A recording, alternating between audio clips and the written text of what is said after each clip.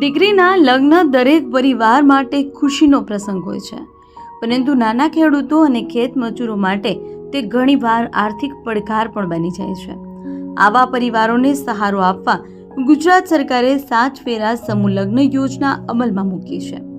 આ યોજના હેઠળ સમૂહ લગ્નમાં જોડાતી ખેડૂતો અને ખેતમજૂરોની દીકરીને ₹50,000 સુધીની આર્થિક સહાય આપવામાં આવે છે. યોજનાનો મુખ્ય હેતુ સમૂહ લગ્નને પ્રોત્સાહન આપવાનો, લગ્ન પાછળ થતા બિનજરૂરી ખર્ચને ઘટાડવાનો અને આર્થિક રીતે નબળા પરિવારોને મદદ કરવાનો છે.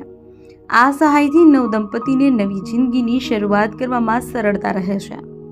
યોજનાનો લાભ મેળવવા માટે અરજદાર ગુજરાતનો રહેવાસી હોવો જોઈએ તેમજ લગ્ન માન્ય સંસ્થા દ્વારા આ આયોજિત સમૂહ લગ્નમાં થયેલા હોવા જરૂરી છે.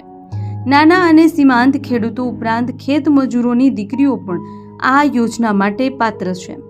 અરજી માટે આધાર કાર્ડ, રહેઠાણનો પુરાવો, ખેડૂત અથવા ખેતમજૂર હોવાનો પુરાવો, બેંક ખાતાની વિગતો અને સમૂહ લગ્નનું પ્રમાણપત્ર જેવા દસ્તાવેજો જરૂરી છે.